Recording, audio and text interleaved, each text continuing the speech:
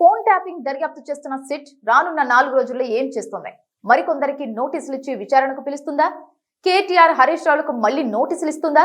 వారిని ఎంక్వైరీకి పిలుస్తుందా? పోలింగ్ దగ్గర పడుతున్న కొద్దీ సిట్ కార్యాచరణ ఎలా ఉండబోతోంది? ఇవి ఇప్పుడు రాష్ట్రంలో ఆసక్తికరంగా మారాయి.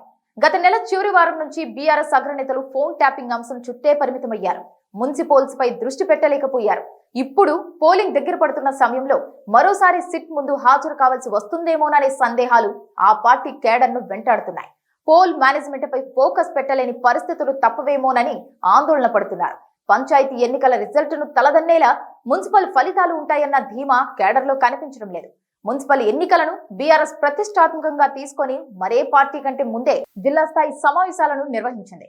ఊహకు వందని తీరులో ఎలక్షన్ షెడ్యూల్ రావడంతో అభ్యర్థులను ఫైనల్ చేయడంలో అన్ని పార్టీల్లాగే బీఆర్ఎస్ కూడా సతమతమైంది. అదే టైంలో కేసీఆర్ ఎంక్వైరీ హాజరు కావాల్సి రావడంతో అగ్రనేతలు, రాష్ట్ర స్థాయి నాయకులంతా ఈ అంశం చుట్టూ తిరిగారు. దీంతో మున్సిపల్ ఎన్నికల ప్రచారంపై ఎఫెక్ట్ పడింది.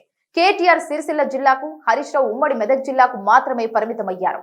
కేసీఆర్ ఫామ్ హౌస్ లోని ఉండిపోవడంతో ఆ పార్టీ తరపున భారీ స్థాయి సభలు, సమావేశాలు, ప్రచారం లేక కేడర్లో అసంతృప్తి నెలకొంది. మరో 3 రోజుల్లో ప్రచార పర్వం ముగినున్న టైంలో బీఆర్ఎస్ ఫోకస్ డైవర్ట్ అయ్యేలా సిట్ ఎలా వ్యవహరిస్తుందోననే అనుమానాలు కార్యకర్తలను ఉక్కిరిబిక్కిరి చేస్తున్నాయి. సరిగ్గా మున్సిపల్ ఎన్నికల సమయంలో ఫోన్ ట్యాపింగ్ దర్యాప్తు ముమ్మరం కావడం బీఆర్ఎస్ కు కష్టకాలాన్ని తీసుకొచ్చినట్లయింది. ముఖ్యమంత్రి రేవంత్ రెడ్డి దావోస్, అమెరికా పర్యటనలో ఉన్నప్పటికీ సిట్ వ్యూహాన్ని బీఆర్ఎస్ పసిగట్టలేకపోయింది. ఆలస్యంగా తేరుకున్నా ఏమీ చేయలేని నిస్సహాయ స్థితిలో పడింది.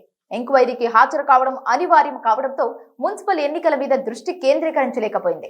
సీఎం రేవంత్ రెడ్డి పక్కా వ్యూహంతో బీఆర్ఎస్ ను ఉచ్చులోకి లాగి ఎలక్షన్ క్యాంపెయిన్ పై ఫోకస్ పెట్టలేని పరిస్థితుల్ని సృష్టించారు అన్న టాక్ మొదలైంది. ఆ ట్రాప్ లో ఇరుక్కుపోవడంతో ప్రచారంలో బీఆర్ఎస్ వెనుకబడిందన్న చర్చలు ఊపందుకున్నాయి.